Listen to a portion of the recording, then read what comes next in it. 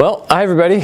We're back from Atlantic City. We're here in Hamilton, New Jersey at the NESPA headquarters, and we are going to be starting a new video series. We're going to be continuing this momentum that we have and coming to you from our studio here that we've put together, and bringing guests, bringing content, continuing to talk to you throughout the season. So my name is Dominic Mundy. I'm the Executive Director of the Northeast Spa and Pool Association. And with me today is Chas Bogardus from Bud's Pools. Yes. You want to say hi and introduce yourself, what you do for NESPA and what you do for Bud's? Yep, Chas Bogardus from Bud's Pools and Spas down here in South Jersey. And I am the General Manager of Service. Been there for almost 20 years now. And I'm currently the Vice President of NESPA. Been on their board for a long time as well. Long time. And the Penn Jersey board. I am on the Penn Jersey board. Multiple committees. Yep, every once in a while. He's a paradigm of volunteerism for all of you out there who are thinking, maybe I should volunteer with NESPA. There is middle ground between doing nothing and being Chas, but I can do volunteer bit. But there's a lot of opportunity. Chas was part of our show in Atlantic City down there with me back in January. I'm sure a lot of you that would watch this probably watched that.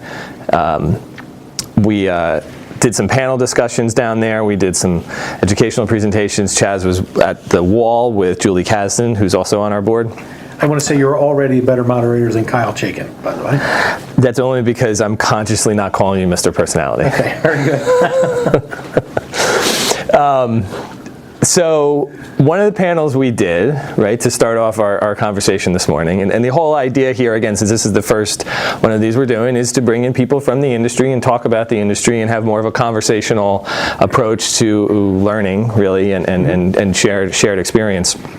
So one of the panels that we did was around spring startups and kind of getting ready for the season, and that conversation was very flowing and ranging from everything from chemistry to scheduling and things like that. As you mentioned, I told everyone you are the manager of the service department, right? I do. At Bud's, and have a lot of experience there, and I believe in you worked on the commercial end as well before your time with Bud's. Yeah. So you've got both sides of that. So this is a very unique and interesting year in a lot of ways. Now, I say that as the association guy. He's laughing because every year is unique and interesting for some way or another, right? In the pool industry when you come into the spring.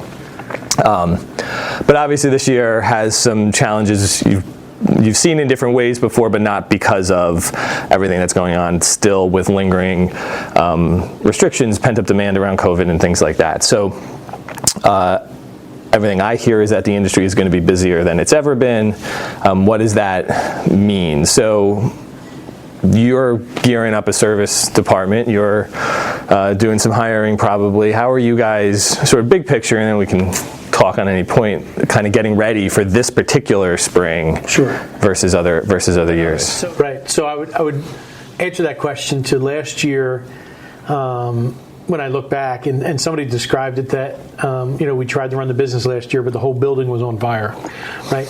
And everything that we did was try to put the fire out for the building, right? And the reality was we had little pallet fires all around that we didn't take precedent because we were too busy trying to put the major fire out, right? So I think that, I know for me, working the way that we had to last year and trying to get everything done, and with all the restrictions and all the different problems and fires we had, right? Everybody kind of made through that, and I think what I'm trying to do is look now at trying to figure out how I'm going to be putting the fires out and just hopefully running the way we would normally run in a regular business. Different things from knocking on doors, talking to customers. Customers don't want us to knock on the door. So that switched to calling them on the phone. A lot of people don't answer the phone. It's emailing customers, leaving paperwork, not leaving paperwork.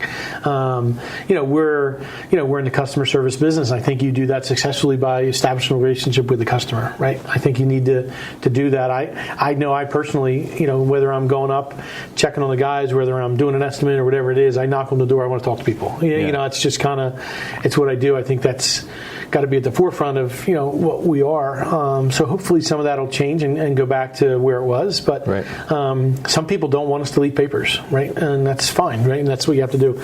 Some people, I'll go and ask me to be somebody's house. They're like, oh, you don't need to wear that. You're saying like, okay, but you're going in with a mask and you're doing what you got to do. And certainly you got to be certainly mindful of that. But then at the same time, you have to work through.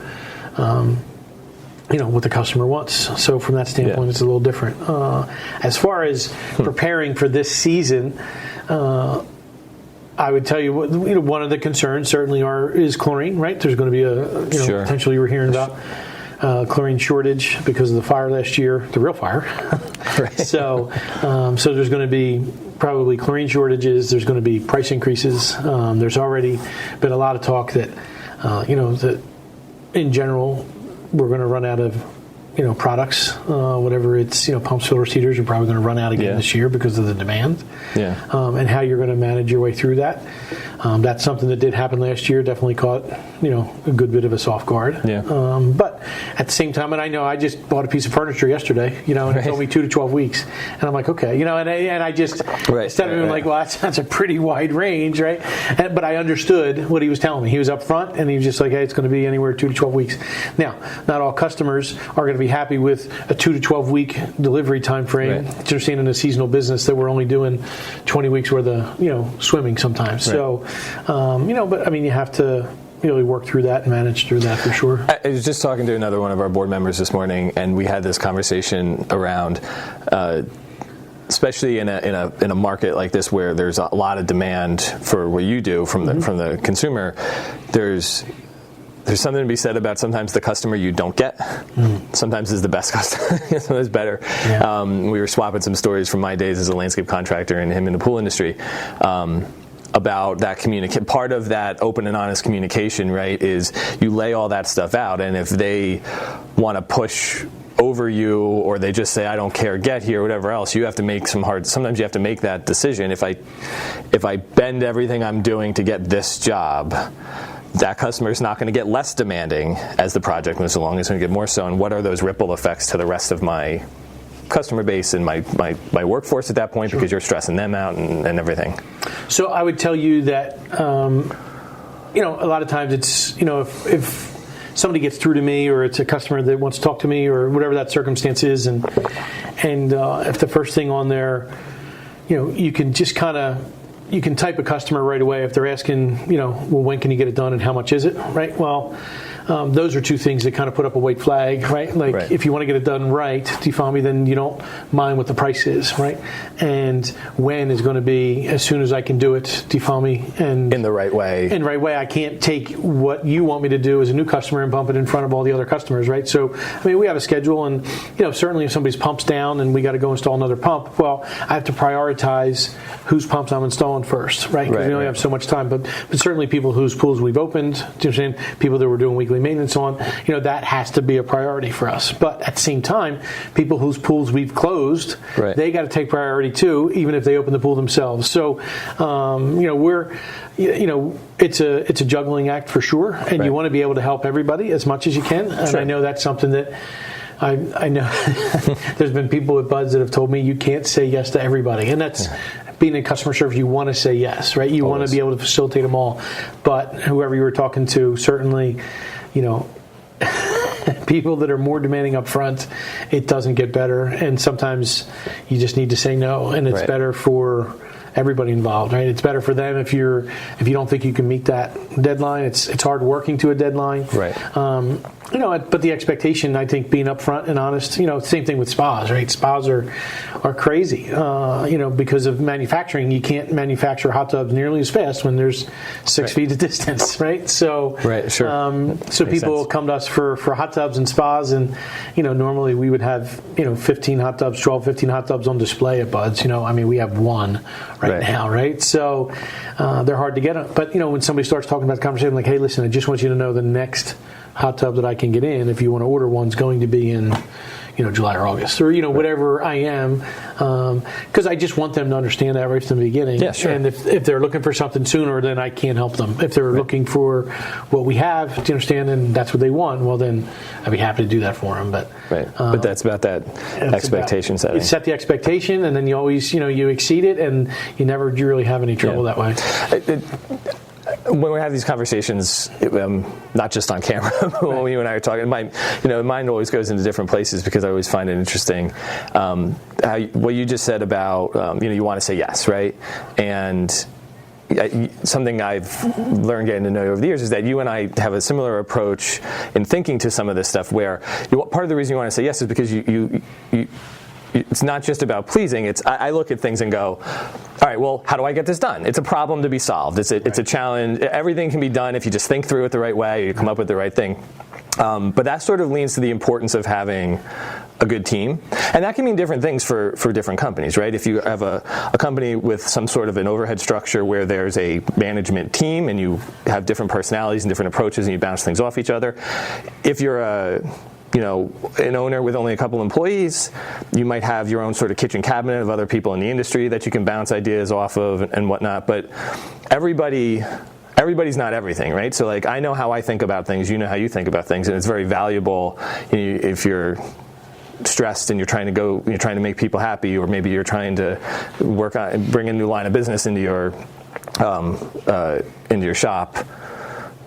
Who else can you talk to work through that, right? Or give you a different perspective, or tell you something that you wouldn't have thought of because that's just not the lane you're in. Yeah, no, I would. Yeah, it's funny because constantly it's probably the single biggest thing that I personally have gained out of all of my years in service and volunteerism for NESPA is the people that I've met and the people that I talk to, right? So getting to know other people and their companies, right? And it's just a phone call to understand, whoever I may be, whatever the circumstance might be. Sure. And I may call, this one for this, or I may call this one for that, and just say, hey, listen, I'm thinking about doing this. What do you do with that? And just being able to, to just strategize and just say, what am I missing? What am I thinking here?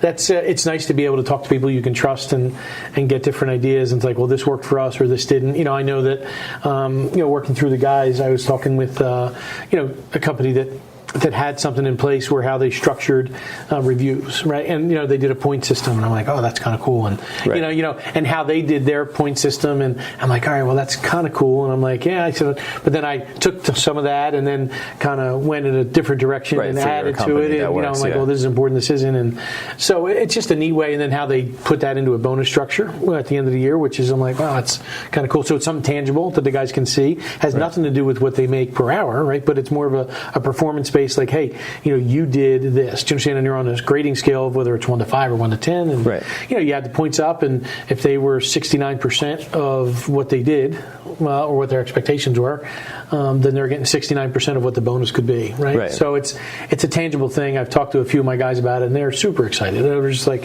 that's cool. They can track that throughout the year themselves. They can track that, right? Because we do it in the beginning of the year, and then we can do it mid-season. Obviously, I told them between July 15th and August 15th, we'll meet again. So we're through the opening season, and then basically almost like an exit interview, not an exit, but for them to, because they're seasonal, and just say, hey, listen, this is where we were at the end of the year. Do you understand? This is these are what the numbers were, and then you just kind of go through, and it's something they have and they see and they can work on, and it's not just me going down and putting numbers. It's they're going to do the test, I'm doing the test, and you put yourself down as a 5, and I'm like, well, no, you're a 3, right? So here's my arguments for a 3. This is your arguments for a 5. So do we meet in the middle and do 4? Yeah, I'm okay with that. And looking at different perspective, it kind of gives them a if they have a good argument. If they have a good argument, right? So, but no, I just see things differently. Sometimes you see the question a little differently, looking at it. I'm like, actually, that's actually a pretty good idea. I didn't really think of that. And, with all the guys, you don't think of specific circumstances or situations. But I just, that's something that I did implement over the winter that I think will benefit us a great deal. So tying that into sort of starting things up in the spring, so the beginning of that process. So you're actually doing some training with your guys today. For sure. I'm sure there's people that you're still that you will be bringing on in the next couple of weeks that come back seasonally for you. how everybody manages their workforce differently. And again, it depends on how many crews you have, how many people you need, what type of work you're doing. I get all that, but how are you doing training? Like, so it's an intensified season. Everybody's got to hit the ground running again, but they do every year. So like, I don't want to I don't want to overplay that. You're bringing in someone new versus someone who's returning. You're doing a lot of training up front. Are you sitting, is there a sit down with this plan ahead of time? Do you do it as a group, do it individually? Right. So I would tell you there's a lot of questions there, but let me take them. We got lots of time to fill. Yeah. So new hires we definitely treat new hires differently. We bring guys in. I've gotten to a point where I do feel I'd rather bring in, sounds terrible, but I've gotten to a point where I'd rather bring in somebody who doesn't have any full experience at all than bring in, a guy from another company. It's not always that way. There are some people that are looking for a better opportunity or whatever. Sure. And I wouldn't turn them down, but at the same time, you develop how you want to do things. And when you hire somebody that's been doing it, and they know, and just it's like, well, I understand but you don't know how we do it, right? And I want you to do it this way. And it just takes used to, you have to do things together because, when the guys are going out to open pools, and I had somebody different closing a pool. Do you follow me? The assumptions of who closed the pool and how they did it is different than when you open, sure. And how you're looking at things. So from a training perspective, one of the things that we've changed specifically is we used to bring a lot of the guys in and do fewer trainings with all the guys, but they would be longer days, right? And we've kind of switched that structure to doing way more trainings and focusing, on a couple of things for shorter spurts, right? So way less people. Maybe we'll bring in 2 or 3 guys, right? But we're bringing in 2 or 3 guys every day, right? So there's almost a half a day put in to understand a day to just train guys, right, every day, and that should be happening from here, clear through the season.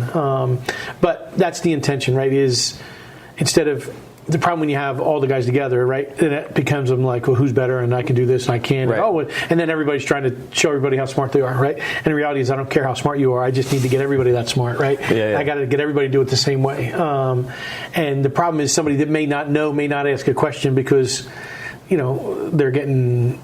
They're just for fear of man, right? I mean, they're just fear of like, well, I don't know that, and I should know that, and they're not going to ask a question. But if you bring in 2 or 3 guys that are pretty much at the same level, right?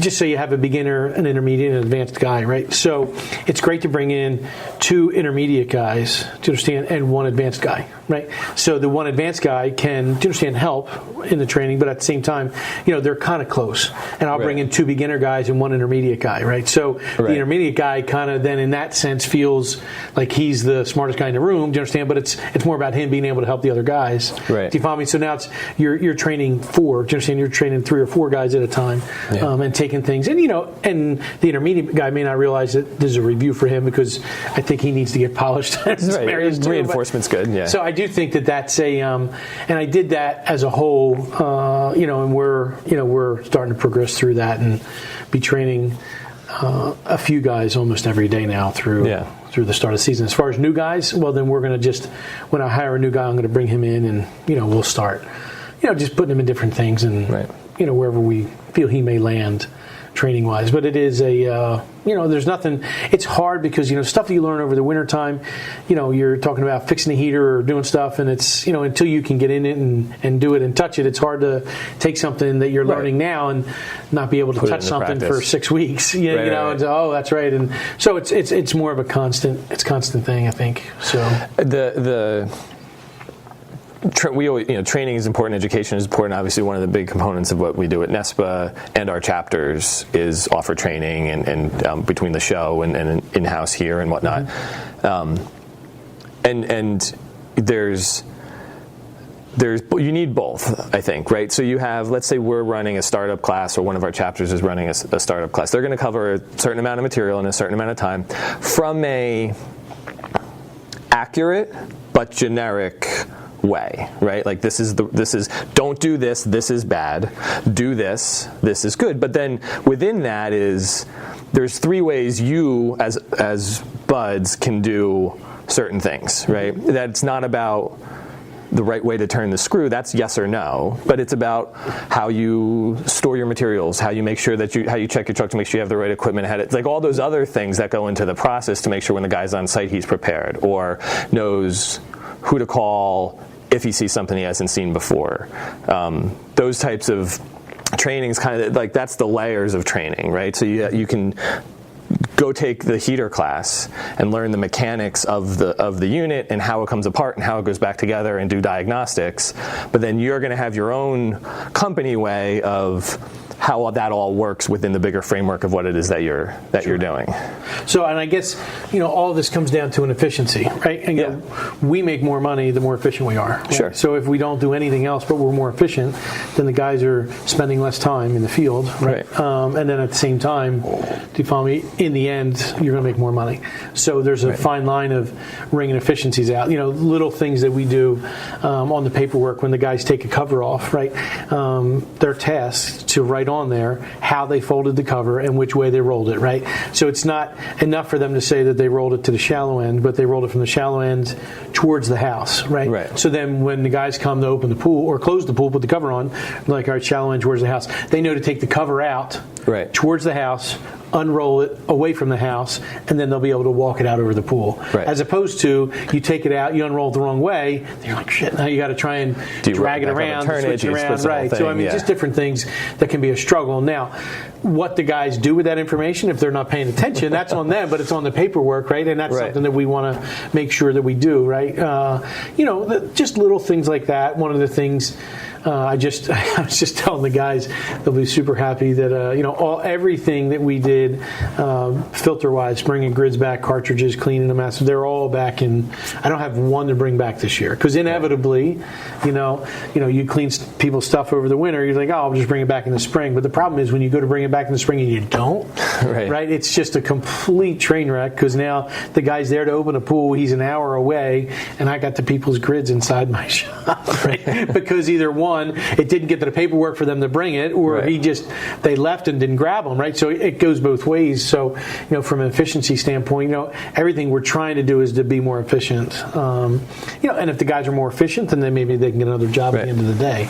So, but that's, from an education standpoint, what I've been trying to teach the guys, or I've been trying to really kind of beat in their heads is like, guys, knowledge is a good thing, right? The more knowledge you have to understand, the more valuable you are, which in turn is the more money you're going to make. And the reality is, the smarter our guys are, right, the more money they should be able to make us too, right? So at the same time, it's you're not training them for somebody else as long as you're paying them. Do you understand? So it's like, hey, I need you to do this and this, and I'm going to pay you this, right? And so I'm very much upfront, and I do like to think that I try and pay forward, meaning I'm paying, but this is the expectation, as opposed to dangling the carrot. Now you've gotten here, and then you get this next year. I don't necessarily work that way, but at the same time, I like to think that I'm paying forward and.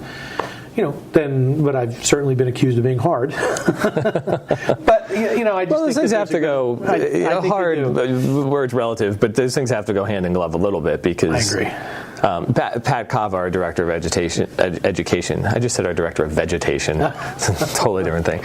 Our director of education often says, you don't want to pay to train your guys because they might leave. Imagine if you don't train them and they stay, right? And the reality is you might lose. I mean, the reality is it's a job market, especially a busy one. So some people are going to move around. Some people are going to search opportunities. You're going to benefit from that in some, not just, I'm speaking more in a generic, you benefit from that on one side. You might hurt from that on the other side, but the culture of training and education, compensation according to that, you should net a win. You should net out at the end in a good spot, even if you do have some nominal turnover. So I think the key word you just talked about was the culture, and it's what the culture you're creating, right? So at Bud's, I mean, I can't tell you how many people. I mean, there's a lady that works in the front of the store, has been there over 40 years, right? And she just knows everything in the store, everything.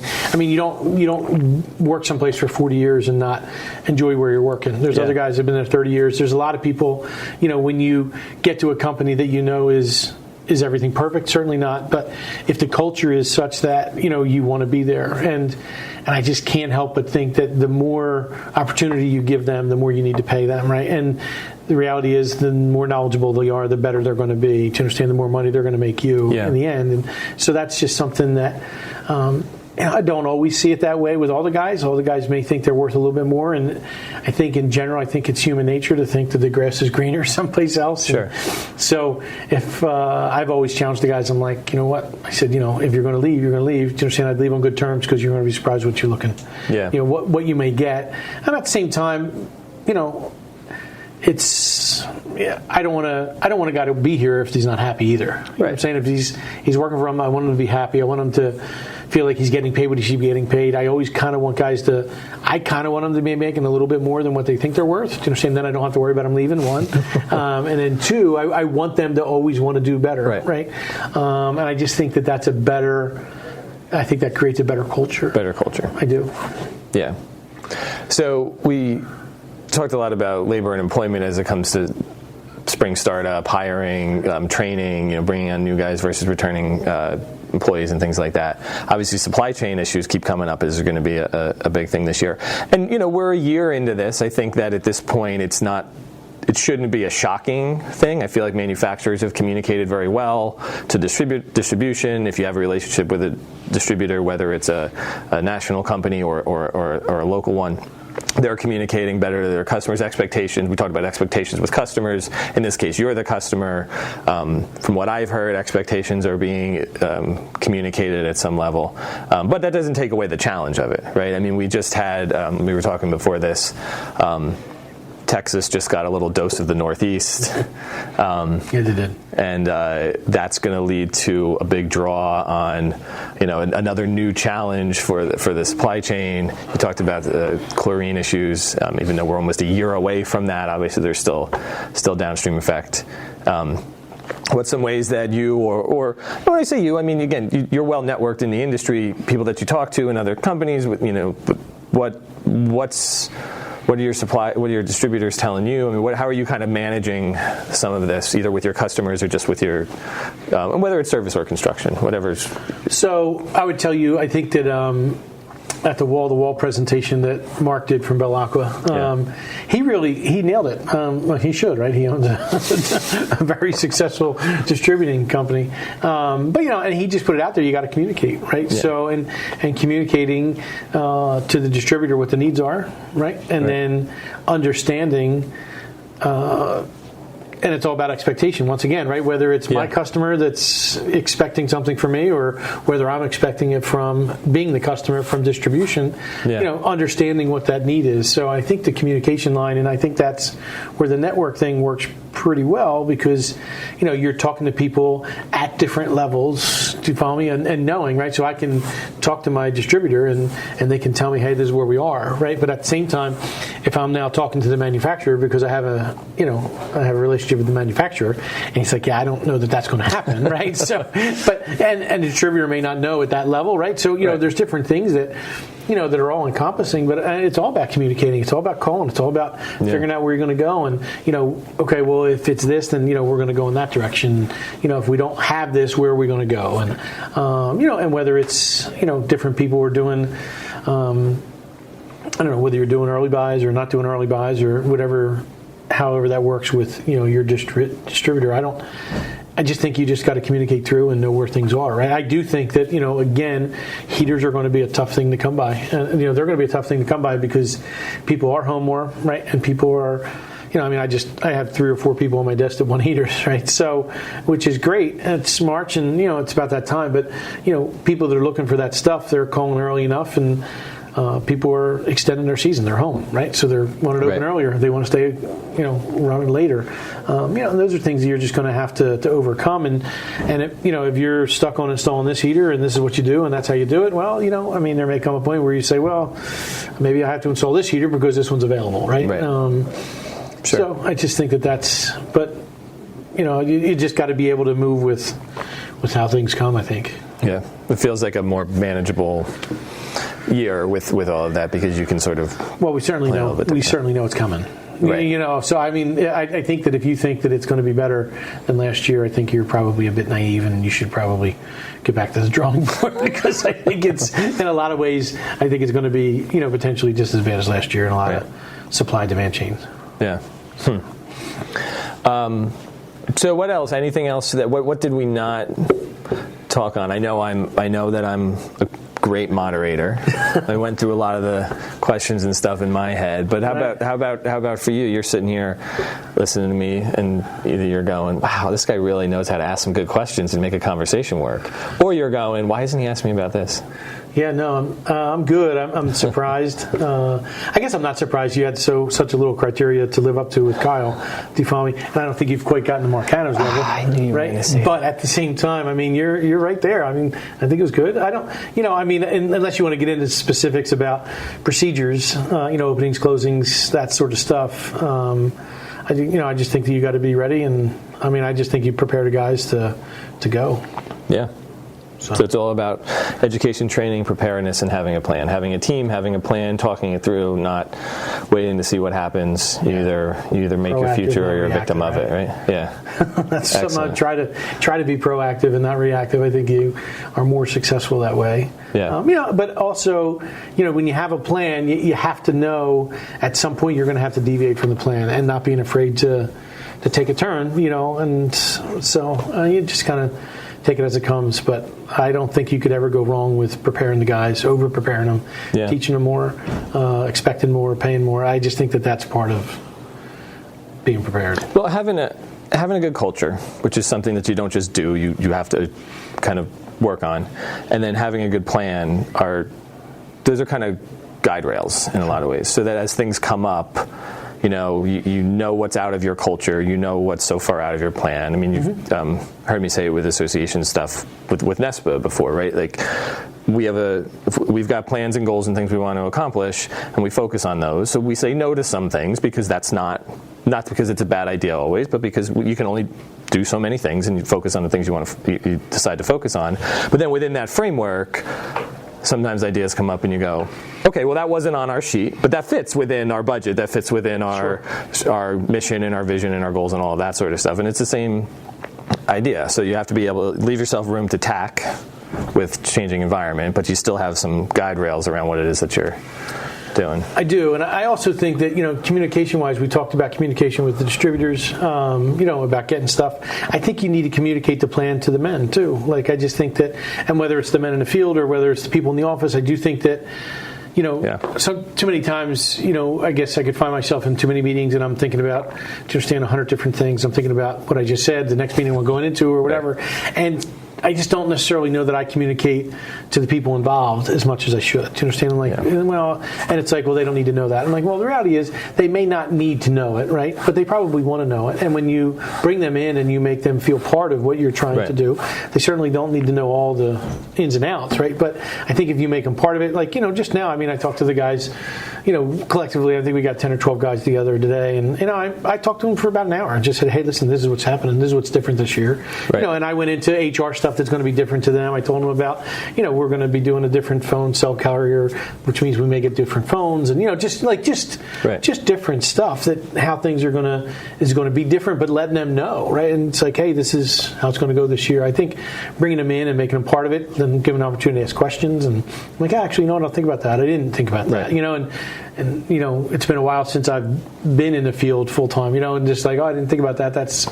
Let me think through that, you know, and not necessarily giving them an answer on the spot, but, you know, and then making sure you can go back. But I think you got to communicate to the people what the plan is too, for them to be part of it, as opposed to they're going to need to know. I'm like, sometimes, and some people, you know, I think, you know, some people are. It doesn't have to be a broad brush, right? I agree with that. I think that some people can handle information and some people can't. So I do think that way. Yeah, cool. So, all right, well.